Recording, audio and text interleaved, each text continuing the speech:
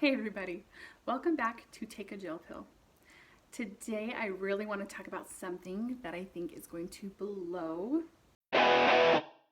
your mind. That's right. Today we're going to be making cinnamon rolls, one of my favorite things to bake. The center, the filling, is sweet and gooey, and the cinnamon really packs a punch, and the bread of the roll is like smooth in your mouth, and it's chewy and soft, and don't even get me started on the cream cheese frosting. Oh my goodness, it's tangy and sweet and melty and creamy, and they're amazing. I'm so excited to make these with you guys. But maybe the best part about the cinnamon rolls is that they're fast. They're done in only an hour from start to finish, which is fast for bread, and they're easy. They're simple, not intimidating at all. So I'm really looking forward to this Jill Pill today, because this is what Jill Pills are all about: making things easier on ourselves. Quick cures for chronic conundrums. Say that 5 times fast. Okay, quick disclaimer. A friend of mine called these diabetes in a tray, and he was absolutely right.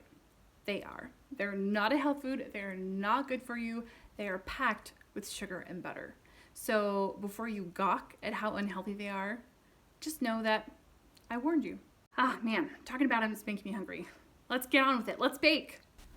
In the bowl of a stand mixer, put 1 cup of warm water, about 100 degrees Fahrenheit.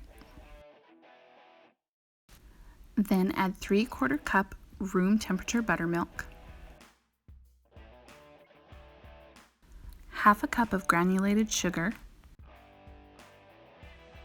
4 tablespoons of melted butter,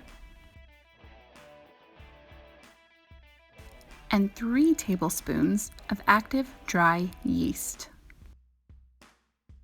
Give it a good stir with a fork and let it sit for 15 minutes. It's going to grow and bubble up like this. Cool, huh? Put the bowl on the stand mixer and add 1/2 tablespoon of salt and 2 eggs. Next, we add all-purpose flour. This recipe calls for 4.5 to 5.5 cups of flour, but we'll start with 1 cup just to get it incorporated into our wet ingredients, and we'll go from there. Then we add more flour,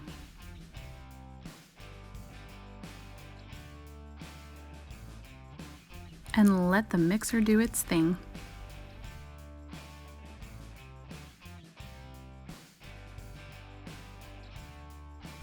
Occasionally, you might have to scrape down the sides to help the mixer out a little, but just don't forget to turn the mixer off first. See how the dough is sticking to the sides of the bowl? We don't want that, so let's stop the mixer and add more flour. It's not sticking to the bowl anymore, but let's check it. When I touch it, if dough sticks to my fingers, it's too sticky. If it sticks to my fingers, it'll stick to the countertop when we roll it out, and we do not want that. What we want is a tacky feel, but when we touch it, no dough should be left behind on our fingers. Once our dough reaches that tacky stage, we're going to let our mixer knead the dough for 10 minutes on a low speed. Then we let our dough and our pour stand mixer rest for 10 minutes. While our mixer is resting, let's make the filling. We need 4 tablespoons of melted butter, 2/3 cup of brown sugar, 2/3 cup of granulated sugar, and 3 tablespoons of cinnamon. This is the good stuff. We dump the brown sugar, the white sugar, and the cinnamon, of course, into the bowl with the butter. And give it a good stir until it's evenly combined. And we'll set this aside for now. On a floured surface, we need to lay out our beautiful dough and start to form it into a rectangular-ish shape. Using a rolling pin, we'll roll it out to about 1/2 inch thick and a 2 foot by 1 foot rectangle. My dough kept getting out of frame. Then we take that scrumptious filling we made earlier and sprinkle it out over the dough. And use our hands to distribute it as evenly as possible. Next, we need, you guessed it, more butter. I use a whole stick of butter and slice it into a 1/4 inch thick pats and scatter them across the top. This helps the filling be even more gooey. This trick is a family secret that I'm sharing with you, so you're welcome.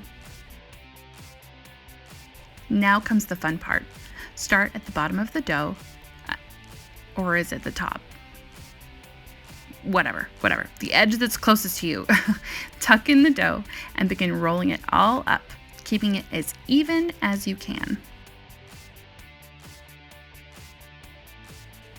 Then we're going to grab some thread about 2 feet long. We're going to use this to slice our dough into 12 rounds. Slide the thread underneath to the center of the dough. Take one end of the thread in one hand and the other end in the other hand. Cross them over each other and pull.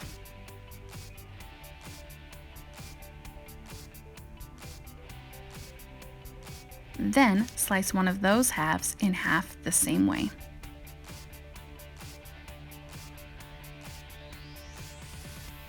And then each of those quarters should be cut into thirds. You can definitely measure this if you like. I prefer to just eyeball it.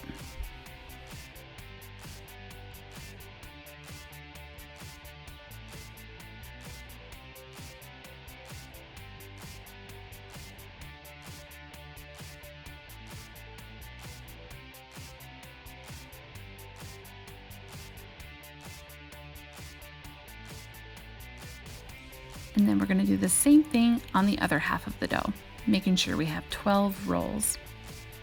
The reason we cut with thread instead of a knife is because the pressure from the knife would smash our dough down, and we want it to stay nice and round.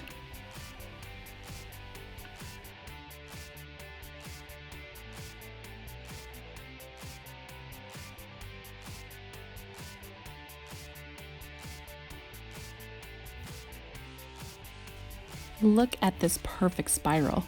You can see the chunks of butter in there too. Place those beautiful spirals onto a parchment-lined cookie sheet and put them in a 375-degree oven. While they're baking, let's get started on our frosting. We're starting out with 8 ounces of cream cheese and a stick of butter, both at room temperature. This is the last time we'll be using butter in this recipe, I promise. We need to make sure we cream these together well so that we have a nice, smooth frosting. We don't want any chunks of cream cheese.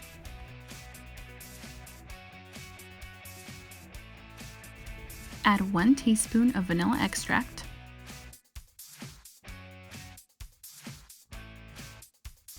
and we're going to start out with 3 cups of powdered sugar.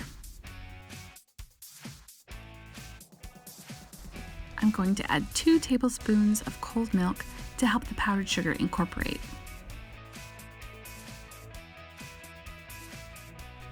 And mix. Taste test with a clean spoon, obviously. I added another cup of powdered sugar and a little more milk. I like a more tangy cream cheese frosting, so I'm not adding much sugar. But if you like it sweeter, add more sugar to suit your tastes. Because we're putting this frosting on hot cinnamon rolls, we need it to be a little thicker than usual so it doesn't just melt all over the place. When the beaters leave a pattern in the frosting, you know it's the right consistency. It's been about 15 minutes and our rolls are done. They're beautifully golden on the edges. I think this is my favorite part. Take a glob of frosting and place it in the middle of each cinnamon roll.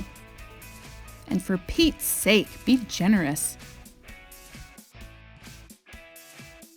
Go back and add a little more frosting if you think you need it, and smooth the frosting right up to the edge of the roll. Let gravity do the rest. Because gravity can be a beautiful thing. Repeat on all of the rolls. I know I've already said a lot of different parts are my favorite parts, but this is the best part. Now we get to dig in. You can be classy and use a fork, or be an animal like me and use your hands. So in only 1 hour, you go from a cold bowl to a warm, gooey cinnamon roll. Delicious. This is probably my favorite tip, my favorite gel pill. After all, you know what they say, a spoonful of sugar, and butter in this case, helps the medicine go down. Take it easy.